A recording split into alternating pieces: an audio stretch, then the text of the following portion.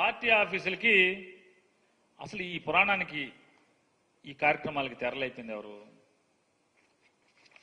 GO number 340 dated 21/7/2016. GO number 340 అనే జీవోని తీసుకొచ్చింది నారా చంద్రబాబు నాయుడు గారి ప్రభుత్వం. దీంట్లో ఏమని ఇచ్చారు? రిఫరెన్స్ ఇచ్చారు 31/8/1987. అప్పట్లో ఏదో పార్టీ ఆఫీసులకి స్థలాలు ఇచ్చినటువంటి ఆనవాయితీ ఉందంట. ఆ జీవోని రిఫర్ చేస్తూ ఆ జీవోని మొత్తం మాడిఫై చేస్తూ కొత్త జీవో ఇస్తున్నాము. ఆ జీవో ప్రకారం కేటగిరీ 1 జాతీయ పార్టీలు, రాష్ట్ర స్థాయిలో గుర్తింపు పొందినటువంటి పొలిటికల్ పార్టీలు ఎవరికైతే అసెంబ్లీలో 50% తగ్గకుండా, శాసనసభలో 50% తగ్గకుండా సభ్యులున్నారో వాళ్ళ కేంద్ర కార్యాలయం కట్టుకుంటాకి 4 ఎకరాలు కేటగిరీగా ఇచ్చారు. కేటగిరీ వైజ్ ఆ సంఖ్య 25% అంటే 50% లోపు 25% పైన ఉంటే కనుక ఆ పొలిటికల్ పార్టీకి అరెకరం, 25% కంటే లోపుండి ఒక్క సభ్యుడైనా ఉంటే కనుక 1000 గజాలు. ఇది వాళ్ళు ఇచ్చింది. అలాగే జిల్లా హెడ్ క్వార్టర్లో కూడా స్థలాలు కేటాయించవచ్చు అని ఇస్తూ 33 సంవత్సరాలు lease, rent lease ₹1000 per acre per annum, సంవత్సరానికి ₹1000 ఎకరానికి. చంద్రబాబు నాయుడు గారి జీవో ఇది. గవర్నమెంట్ శాంక్షన్ చేస్తుంది అని చెప్పిన 33 ఏళ్ళు లీజ్ అని చెప్పిన జీవో ఇస్తే, ఈ జీవోని ఆధారం చేసుకుని చంద్రబాబు నాయుడు గారి ప్రభుత్వం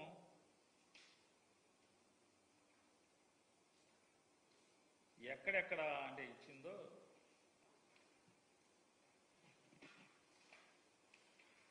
ఇదిగోండి.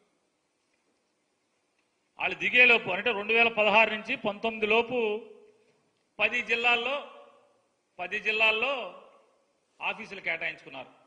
ఎకరం ₹1000 చొప్పున లోకేష్ నాయుడు గారు తెలుగుదేశం పార్టీ వారందరికీ, అలాగే ఈనాడు రామోజీరావు గారి అబ్బాయికి, ఆంధ్రజ్యోతి రాధాకృష్ణ గారికి, TV5 నాయుడు గారికి కూడా చెప్తాం. ఎకరం ₹1000 చొప్పునే జీవో ఎన్నో తారీఖు వచ్చింది? 21/7/2016లో వచ్చింది. వెంటనే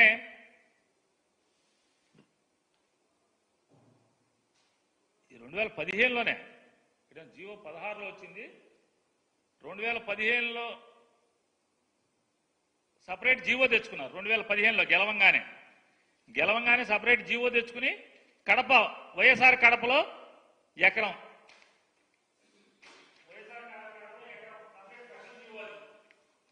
33 సంవత్సరాలకి వైఎస్ఆర్ కడపలో. దీనికి లీజ్ అమౌంట్ ఎంత అంటే గజానికి ₹200. అలాగే శ్రీకాకుళంలో ఇది 2000 స్పెషల్ జీవో తెచ్చారు 2015లో. శ్రీకాకుళం జిల్లాలో ₹25,000 సంవత్సరానికి, 2 ఎకరాలకి సంవత్సరానికి ₹25,000. అంటే ఇది కూడా ఎకరానికి ₹1000. 99 ఏళ్ళు తర్వాత జీవో ఇచ్చిన తర్వాత 2016లో జీవో ఇచ్చిన తర్వాత వీళ్ళ కేంద్ర కార్యాలయం రోజు చంద్రబాబు నాయుడు గారు, మొత్తం లోకేష్ నాయుడు గారు ఇక్కడ మంగళగిరిలో వెళ్ళి కూర్చుంటున్నారు కదా ఆఫీసు 99 ఏళ్ళకి ఇచ్చారు. ఈ జీవోని తోసి రాజని చూడండి. కలెక్టర్ ఏం చెప్తారు? కలెక్టర్లు అందరూ కూడా ఏదో చెంచాగిరి చేశారంటున్నారు కదా.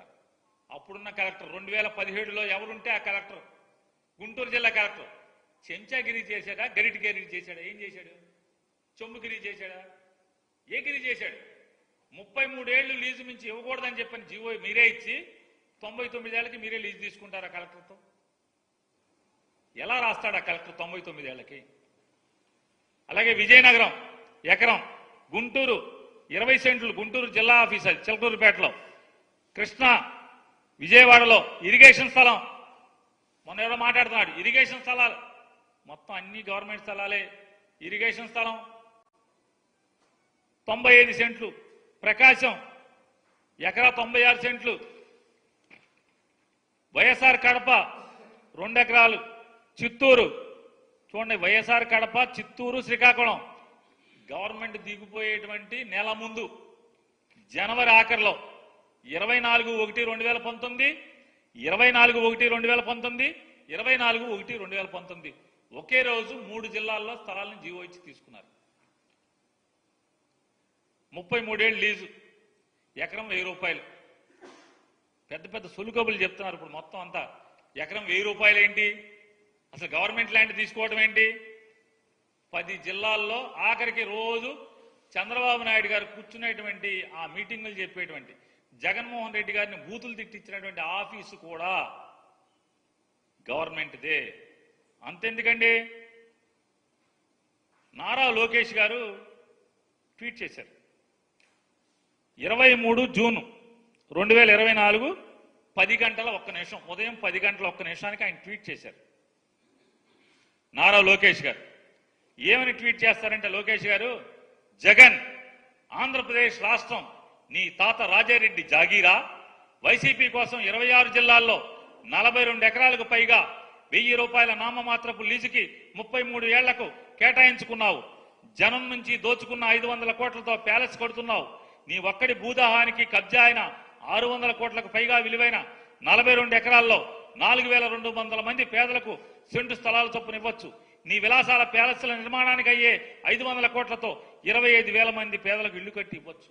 ఆయన ట్వీట్ కింద మా పార్టీ ఆఫీస్ ఫోటోలు కూడా పెట్టాడు.